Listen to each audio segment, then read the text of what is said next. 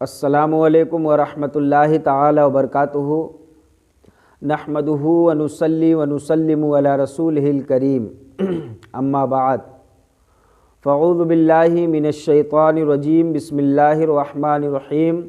یا ایھا الذین آمنوا اتقوا اللہ وکونوا مع الصادقین، صدق اللہ المولانا العظیم۔ عزیزان ملت، محترم حضرات، آپ حضرات کو کچھ باتیں بتانے جا رہا ہوں میں سچائی کے تعلق سے، کہ سچائی میں کتنی برکتیں ہوتی ہیں، اللہ کی کتنی رحمتیں ہوتی ہیں، اور جو سچا بندہ ہوتا ہے اللہ تعالیٰ اس کی زبان میں کتنی تاثیر عطا فرماتا ہے۔ یہ بہت غور سے آپ حضرات ویڈیو کے اینڈ تک دیکھیں اور سنیں، پورے ویڈیو کو سنیں، اور اگر چینل کو سبسکرائب نہیں کیے ہوں تو چینل کو سبسکرائب بھی کر لیں گے، اور جو ہے لائک کریں، پورے ویڈیو کو مکمل طور پر دل جمعی کے ساتھ دیکھیں۔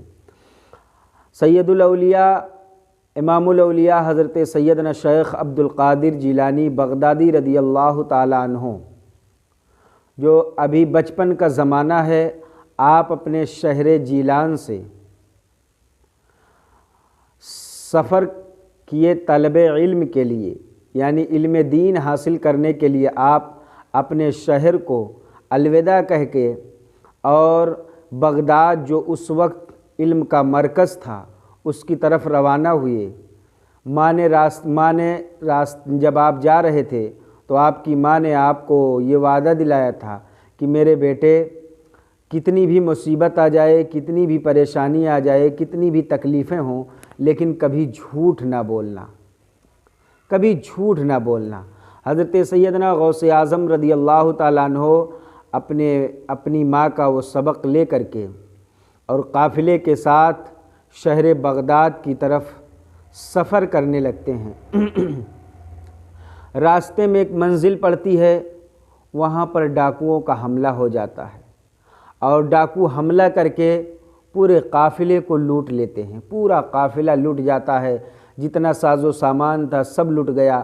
حضرت غوث اعظم رضی اللہ تعالیٰ عنہ کی عمر پاک تقریباً اس وقت 10 سال یا 12 سال یا 14 سال رہی ہوگی۔ آپ دیکھ رہے تھے کہ ڈاکو آپ جس قافلے میں موجود تھے پورے قافلے کو لوٹ رہے تھے۔ آپ قافلے کے ایک کنارے کھڑے ہوئے تھے، ایک ڈاکو آیا آپ کے پاس اور اس نے کہا، بچے تمہارے پاس بھی کچھ ہے؟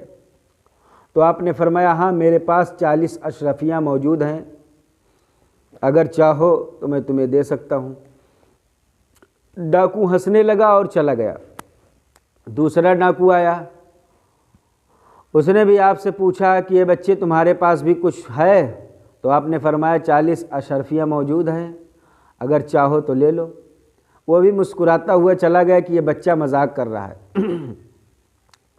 ڈاکوؤں کا سردار آپ کے پاس آیا اور آپ سے پوچھا کہ بچے تمہارے پاس بھی کچھ چیزیں موجود ہیں؟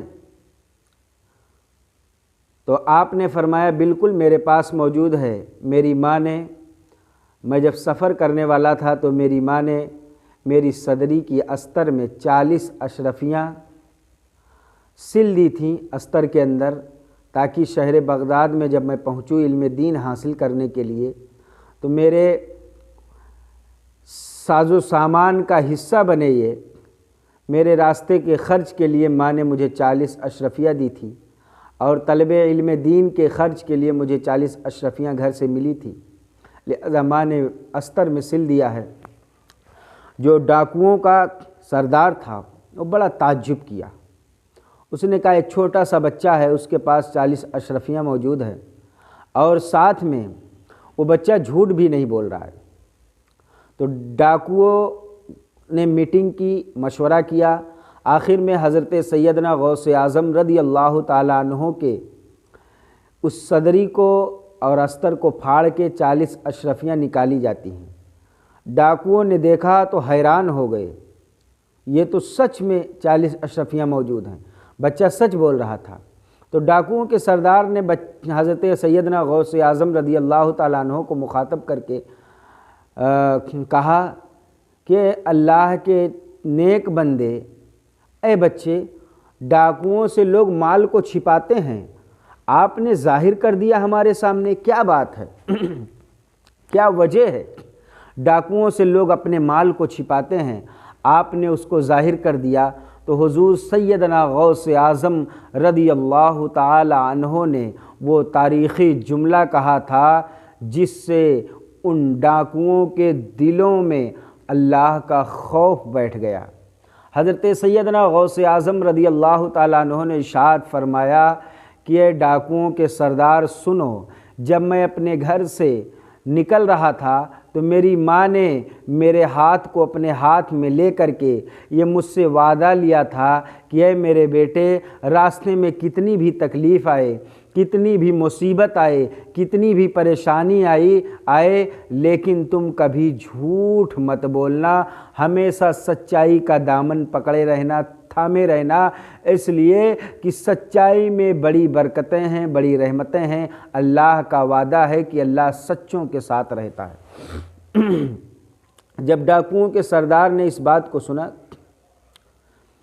تو اس کے دل کی دنیا بدل گئی، اور اپنے دل میں سوچنے لگا کہ یہ ننھا سا منھا سا بھی 10-15 سال کا بچہ ہے جو اپنے ماں سے کیے گئے وعدے کو نبھا رہا ہے، اور ہم ڈاکو ہیں کہ آج پوری زندگی ہماری ختم ہوتی جا رہی ہے، اللہ کے بندوں کو لوٹ رہے ہیں، اللہ کے بندوں کو لوٹ رہے ہیں، قافلوں کو لوٹ رہے ہیں، لوگوں کے اوپر ڈکیتی ڈال رہے ہیں، ہم کتنے گنہگار ہیں، پوری زندگی ہماری ختم ہوتی جا رہی ہے، ہم اللہ کے بندوں کو لوٹ رہے ہیں، اللہ رب العزت کتنا گناہ ہمیں عطا فرماتا ہوگا۔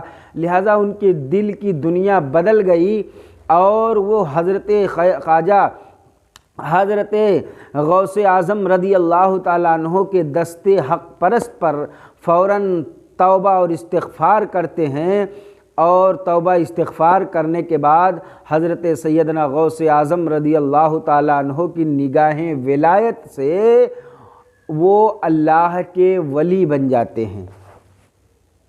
یہ سچائی میں برکتیں ہوتی ہیں۔